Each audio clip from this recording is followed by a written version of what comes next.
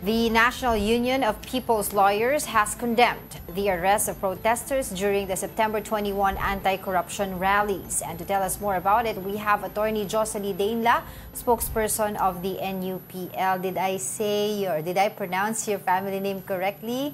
I hope yes. So. Okay, that's good. Tama naman po. Okay, salamat po sa pagsama sa amin ngayong umaga. Unang-una, kamusta po? Napuntahan nyo na po ba yung ilang mga na-detain? How many protesters were detained during the September 21 rally? And ilan po dito yung minor de edad? Based dun sa tala na binigay sa amin, there are a total of 216 individuals arrested during the September 21 mobilizations. And among these 216 are 91 minors. We do not, however, know the breakdown of, in terms of age, no, yung tinatawag nating children at risk and children in conflict with the law. Children at risk, ito yung mga below 15, no, who do not have criminal liability at all. And ito yung mga dinedemand nating ma-release na agad, no, sa kanilang pamilya. Maski na yung mga children in conflict with the law na below 18 years old. And we have information that they have been transferred to various facilities of the DSWD, and they are to be referred to their respective local social welfare offices ng kanilang mga LGUs.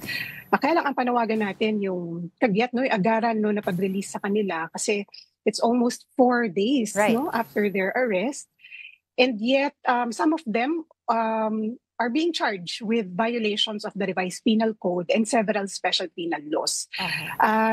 Tingin natin ito ay paglabag sa karapatan ng mga bata at minor de edad, lalo na kung titingnan natin kung ano yung dinanas nila from the point of arrest. Marami sa kanila dumanas ng physical na pang-aabuso hanggang dun sa pagpiit sa kanila doon sa Manila Police Headquarters at iba't ibang mga presinto ng Manila Police District. We're able to confer with many of them. In fact, we rendered legal assistance during the inquest proceedings, which took place yesterday and the other day at the MPD headquarters and yesterday at the Manila City Hall. Okay. At inaabangan natin yung magiging resolusyon sa kanila. Right. Attorney, tanong ko lang kasi parang nung, di ba, nangyari itong rally Sunday, September 21, and I read a report that yung inquest proceedings nagsimula lang nung Tuesday. Perhaps you can enlighten our viewers ano po ba yung tamang proseso dito? Hindi po ba parang medyo late na yung inquest proceedings?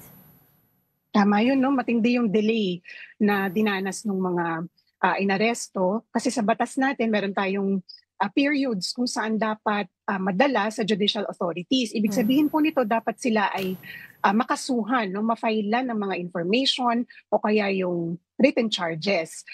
Depende po yan sa penalty ng krimen na ibinibintang sa kanila. Mayroong 12 hours, 18 hours, and 36 hours. And when they were subjected to inquest, some of them, no, nung Tuesday, gabi na ito nagsimula, no, hapon hanggang gabi, at hindi natapos sapagkat napakarami talaga nila at iisa lamang yung inquest prosecutor na dumating doon sa MPD headquarters. So lampas-lampas na talaga doon sa limitasyon na binibigay ng batas. May paglabag na yan, no, doon sa provision ng revised penal code. At in fact ngayon, yung mga colleagues natin, yung mga human rights lawyers ng NUPL ay nasa City Hall para mag-file ng motion, urgent motion for immediate release and dismissal, no, of the complaints against the arrestees on the ground that the complaints were filed well beyond the 36-hour. Ito na yung longest na period na provided by law. Attorney, I'd like to clarify now, most of the arrests right now that you have dealt with, are they were they arrested on the basis of they were caught in the act? Ano pa ang pinupukol sa kanilang possible charges? Kasi may dagdag ko lang, may mga reklamo po tayo nakikita sa social media na sinasabi yung ibang anak nila napadaan lang sa area tapos nasama sa mga naaresto. Well, I understand kasi, attorney, karugtong lang yan na yung actually caught in the act na hawak mo siguro yung bato at nakita kang binato, I understand that. Pero may mga iba daw, syempre, that's a university belt area. Exactly po. Actually, tama po yung mga ulat na yan. At maraming makikita natin dun sa mga nagva-viral na mga videos ngayon no, being circulated in social media na marami sa kanila wala naman talagang ginagawa nung sila ay pinagdadampot. What happened was that there was a widespread crackdown no, in the surrounding areas kung saan nangyari yung protesta sa Mendiola. At marami kaming nakapanayam na yung iba sa kanila ay nakatayo lang, nag-oobserba, o kaya naman galing sa protesta, o kaya ay gustong sumali, pero dinampot na lang bigla kahit wala naman silang ginagawang anumang krimen. At marami dito ay mga kabataan. Marami rin sa kanila ay dumanas ng matinding pandarahas, no? Binugbog. Kaya marami tayong nakitang mga galos, visible injuries nung nakita natin sila. Kaya sa totoo lang, wala talagang lawful cause no, for them to be arrested by the police. Nagkaroon ng crackdown at malawakang paglabag sa karapatang tao. Baka attorney, so you could, last to my part na, no, you could educate our viewers. No? Pag nagkakaroon po ng unrest, kasi kiniklaim ng police, caught in the akaramihan, and yung mga ibang in pursuit daw. So pag nagkakaroon ng extra, something like this, an event that's not foreseen, no? Unrest ang tinatawag nila dito. Ano po ang limitations with regards to the arresting powers of the police? Okay.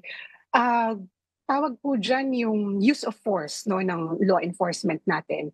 They have the power no, to apply force, but only that amount that is necessary and proportionate to what is happening. Dito sobra-sobra kasi nagkaroon pa ng paggamit ng tear gas, water cannons, nadamay kahit yung mga journalists no, na nagko-cover, mga photographers na nandun sa area, at kahit na yung mga civilian na nanonood lang. So sobra talaga yung naging response nila dito. Gumamit sila ng excessive force. At nung nahuli na nila yung kanilang pinagsususpetsahan no, na nag-cause ng disturbance o kaya ay nag-commit ng mga krimen, ay sobra-sobra din naman yung ginawa nilang response dahil binugbog nila ang mga ito sa halip na isubdue lang at dalhin no, dun sa presinto o kaya doon sa lock-up no, facilities no, para sila ay makasuhan. Alright. Kaya tandaan po natin dapat meron tayong karapatan against torture, meron din tayong karapatang manahimik, yung tinatawag nating Miranda rights, at mabigyan ng karambatang tulong legal no, oras na tayo ay mailagay sa kustodiya. Alright, attorney, we have so much questions, but unfortunately we don't have time. Hopefully we can still invite you over. Next week for updates. Yeah, for more updates. Ano? Alright, maraming salamat po sa inyong oras. Attorney Jocelyn Deinla, spokesperson of the NUPL. Magandang umaga po.